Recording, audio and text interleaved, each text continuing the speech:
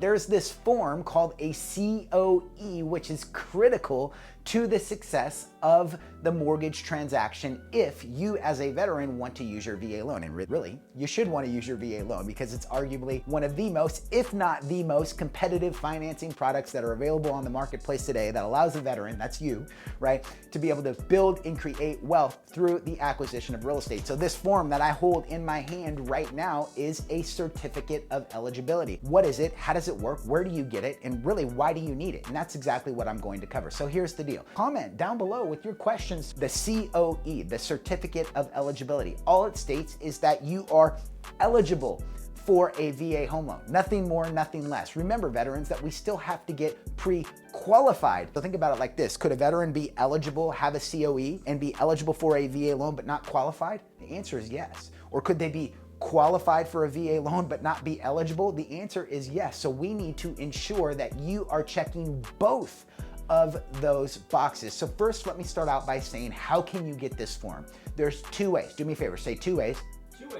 Two ways that you can get this form. Number one, you can get it through your e-benefits portal. Log into your e-benefits portal. If you forgot your password, it's like create the new password, log in and download it and retrieve it there. I think what you'll find is that if you already have this form and you send it to the mortgage loan originator, somebody like myself, right, you'll just be one step ahead of the process. Good to go. Or you can request a copy from somebody like myself, a mortgage loan originator who specializes in VA home loans. Highly important to the success of your transaction. But let me explain what happens with this COE. Oftentimes we veterans get it, we look at it, and there's this particular box right here. I'm gonna read it to you guys. It says, this veteran's basic entitlement is $36,000. And you wanna know what happens when we see that? We go, oh my gosh, are you kidding me? $36,000? It's like, I can't buy anything for that, right? Well, everybody slow your roll, calm down, it's all good. That's not the loan amount that you are approved for or entitled to on a VA loan. So think about it like this, that $36,000, it's what's referred to, and I actually wrote it down for you in advance, is it's referred to something called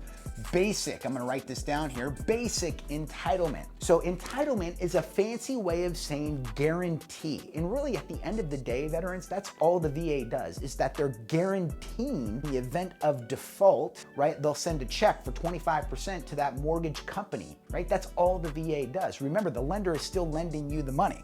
So if I take this number of 36,000 and I multiply it by 4, remember the VA loan guaranteed 25%. So if I multiply that by 4, that equals $144,000, which means that a veteran can get a no money down loan to $144,000. Now, don't do me a favor, don't chime out yet. Like, don't go to another video yet and go, the VA loan can only give me $144,000. There's more to the story here, right? You and I both know that home values, historically speaking, have only done one thing, right? What is that one thing? Appreciate, go up in value, right? Highly important to understand. So the VA also understands that. They understand that veterans are going to need to purchase homes. This isn't 2001 anymore when you can buy a home for $144,000. It's like values have increased significantly since that time.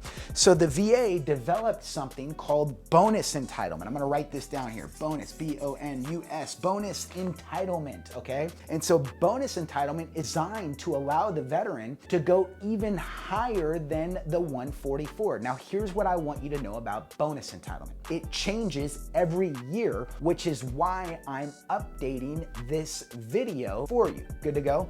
So I want you to follow me along here. If I add up the 36,000, right, plus the 155,000, I come up with a number of 191,637.50. See if you guys are following me along on this. My writing is terrible, but that's okay. My point is simply this: if I take this number and I multiply it by 4, right, this now becomes 766,550.